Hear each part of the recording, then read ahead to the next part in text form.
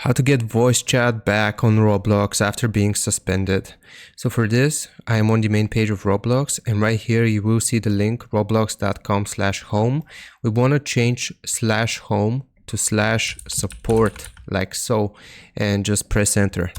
Now this will take us to the support page, and I'll show you what we have to do. So here for the username, it's going to be filled out automatically.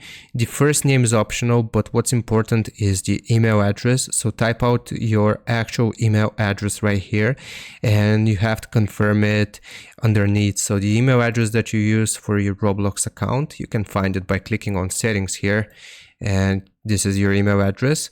Now after we confirm the email address itself, I'm gonna just confirm it here. Then what device are you having the problem on? Now you choose the device that you use to play Roblox with. So you can do PC, you can do Chromebook, iPhone, iPad, Android phone. It really depends on what you use to play Roblox. So I use PC to play Roblox, so I'm going to choose PC here. And type of help category, now this is the most important part. Here we actually want to click on moderation, and then right here another menu will appear, and we have different options. We have appeal account, appeal content, so on and so forth, but I will just do appeal account here. Now this is really important, and we want to explain what the issue is. So for example, here we can say that